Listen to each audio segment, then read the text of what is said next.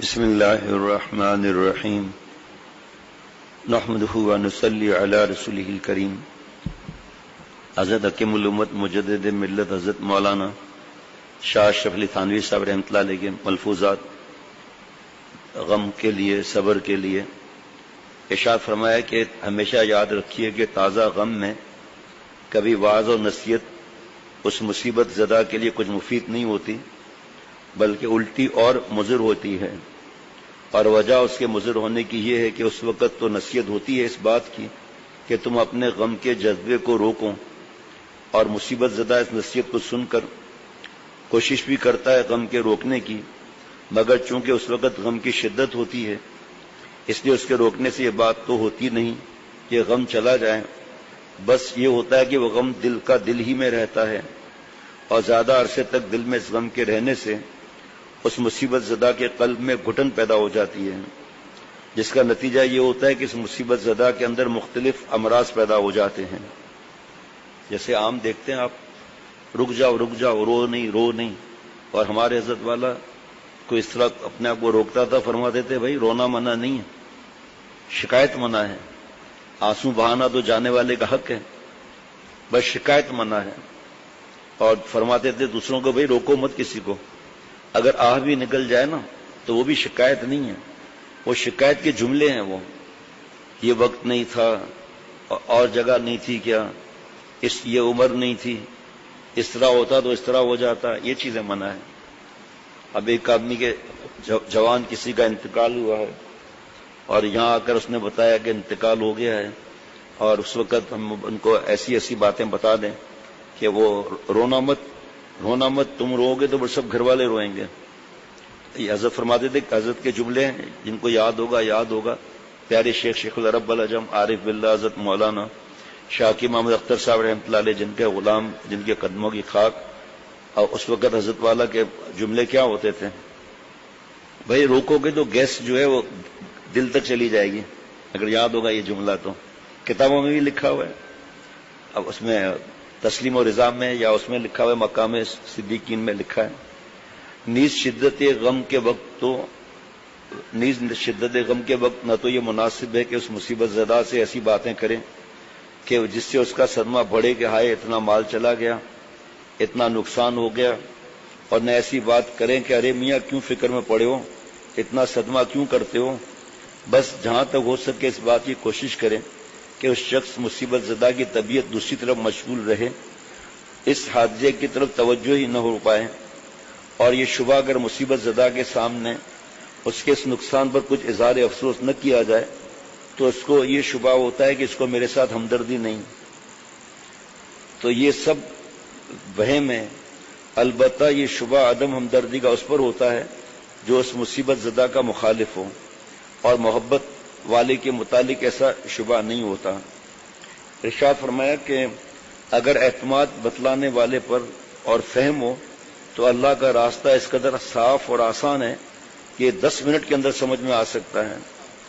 دیر اور مشقت جو کچھ ہے وہ عمل میں ہے، اور وہ بھی رسوخ میں، اور مشقت عین عمل کے وقت ہوتی ہے، مثلا نیند کا غلبہ ہے اور نماز پڑھنی ہے تو اس وقت مشقت ہوتی ہے، لیکن اگر اس کو برداشت کر لیا تو نماز پڑھ کر فوراً ایسی راحت میسر ہوتی ہے کہ سبحان اللہ، ساری مشقت کا بدل ہو جاتا ہے، ساری مشقت کا بدل ہو جاتا ہے۔ ایک اہلکار نے خط لکھا کہ بہت سے وظیفے پڑھے لیکن ترقی کے باوجود اچھے کام ہونے کے نہیں ملتے، ہمیشہ محروم رہتا ہوں، اس یاس اور اضطراب میں جناب کی طرف رجوع کرتا ہوں کہ آخر کیا کروں۔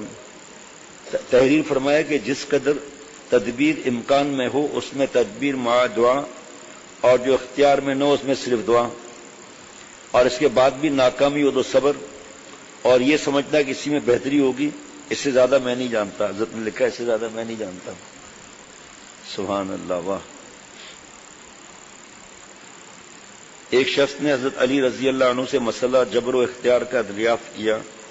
حضرت علی رضی اللہ عنہ نے فرمایا ایک پیر اٹھا کر کھڑا ہو جا۔ اس نے ایک پیر اٹھا لیا، پھر آپ رضی اللہ عنہ نے فرمایا کہ دوسرا پیر بھی اٹھا لے۔ بھلا دوسرا پیر کس طرح اٹھ سکتا تھا؟ اس نے عرض کیا کہ حضرت دوسرا پیر تو نہیں اٹھ سکتا، فرمایا کہ بس یہی کیفیت بندے کے اختیار کی ہے، اتنا تو اختیار ہے، اتنا اختیار نہیں، نہ پورا مختار ہے نہ پورا مجبور. لیکن اس جملے میں بڑا مزہ آ رہا ہے، ایسے زیادہ میں نہیں جانتا. سہلکار کے خط میں چکے جواب میں دے کر فرمایا ایسے زیادہ میں نہیں جانتا. واہ واہ واہ واہ واہ، سبحان اللہ، کس خوبی اور آسانی سے اس نازک مسئلے کو ذہن نشین فرما دیا. حضرات صحابہ رضوان اللہ علیہم اجمعین کے علوم کی یہ حالت تھی. تقدیر کا مسئلہ اس لیے تعلیم کیا گیا ہے کہ مسلمان کو ناکامی پر حسرت نہ ہو اور حسرت میں ہمت نہ گھٹے. تو یہ مسئلہ ہمت بڑھانے کو سکھلایا گیا تھا. اب لوگ الٹا سمجھ گئے کہ کچھ نہ کرو، ہاتھ پاؤں توڑ کر بیٹھ جاؤ. یہ سب کم علمی کی وجہ سے ہے. ارشاد فرمایا حضرت تھانوی رحمۃ اللہ علیہ نے کہ ایک بات میں لاکھوں کی بتاتا ہوں، وہ یہ کہ طبعی غم اور ہے اور کسبی غم اور ہے. اور طبعی غم کی مدت بہت کم ہے، وہ تو خود بخود بہت جلد زائل ہو جاتا ہے. ہاں، کسبی غم جو خود سوچ سوچ کر پیدا کیا جاتا ہے اور تذکرہ کر کر کے بڑھایا جاتا ہے، وہ البتہ اشد ہے، مگر اس کا حدوث اور بقا اختیاری ہے.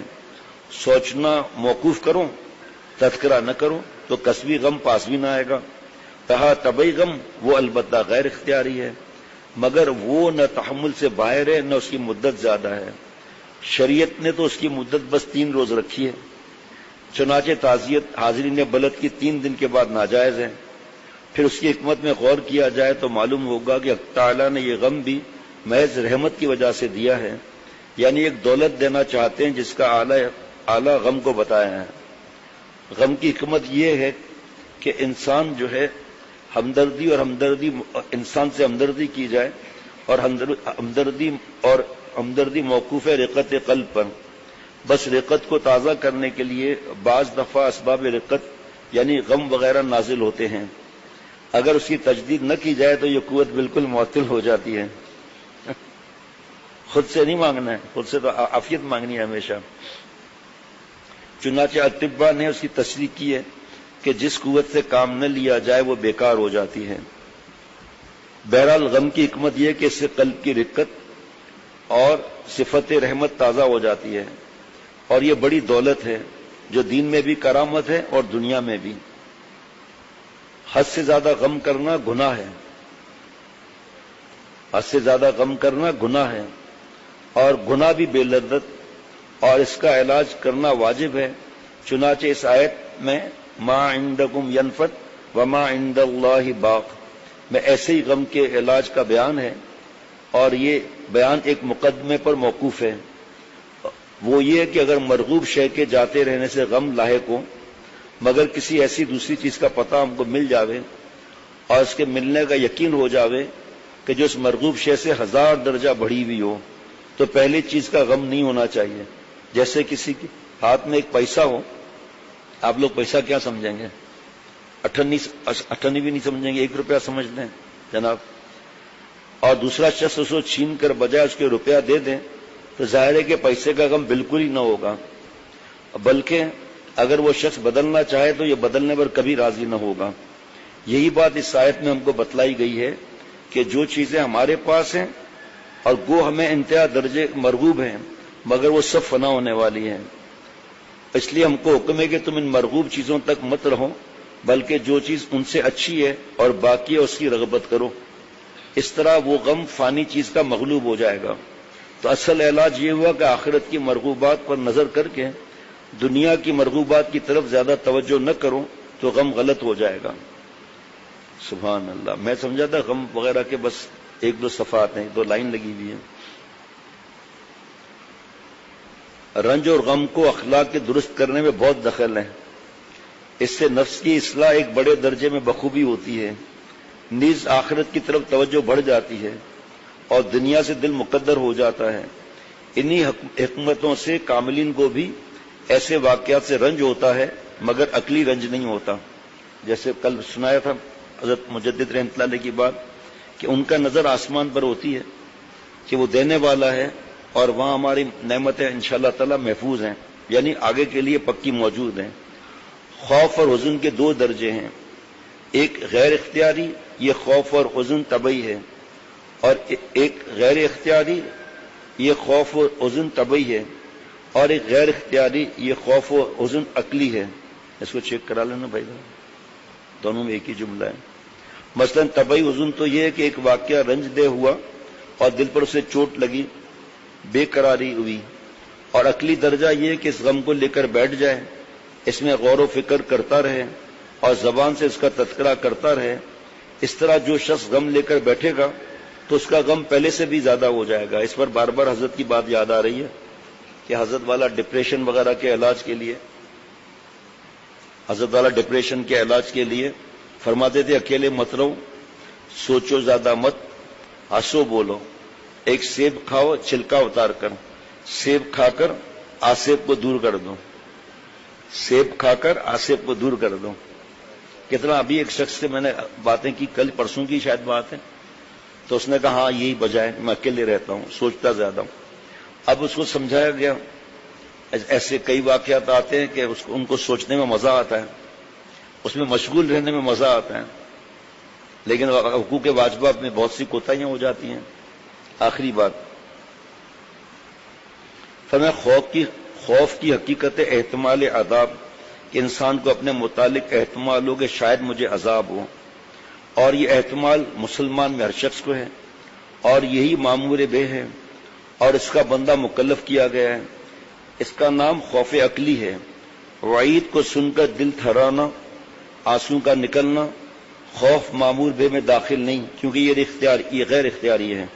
اسی طرح رجا کی حقیقت ہے احتمال نجات، اور ایسا کوئی بھی مسلمان نہیں جس کو اپنے متعلق نجات کا احتمال نہ ہو۔ بس ایسا کوئی مسلمان نہیں جو خوف و رجا کے درجے معبور بے سے خالی ہو۔ ہاں درجات احتمال کیا لکھا بھائی؟ متفاوت ہیں، یعنی کیا مطلب؟ مختلف ہیں احتمال۔ سبحان اللہ۔ ارشاد فرمایا واقعہ غم کا بالکل تذکرہ نہ کرنا اور ضبط میں مبالغہ کرنا بھی تجربے سے مضر ثابت ہوا ہے۔ سب غبار اندر ہی اندر رہنے سے طبیعت گھٹ جاتی ہے اور اس کی قوت تحمل گھٹ جاتی ہے۔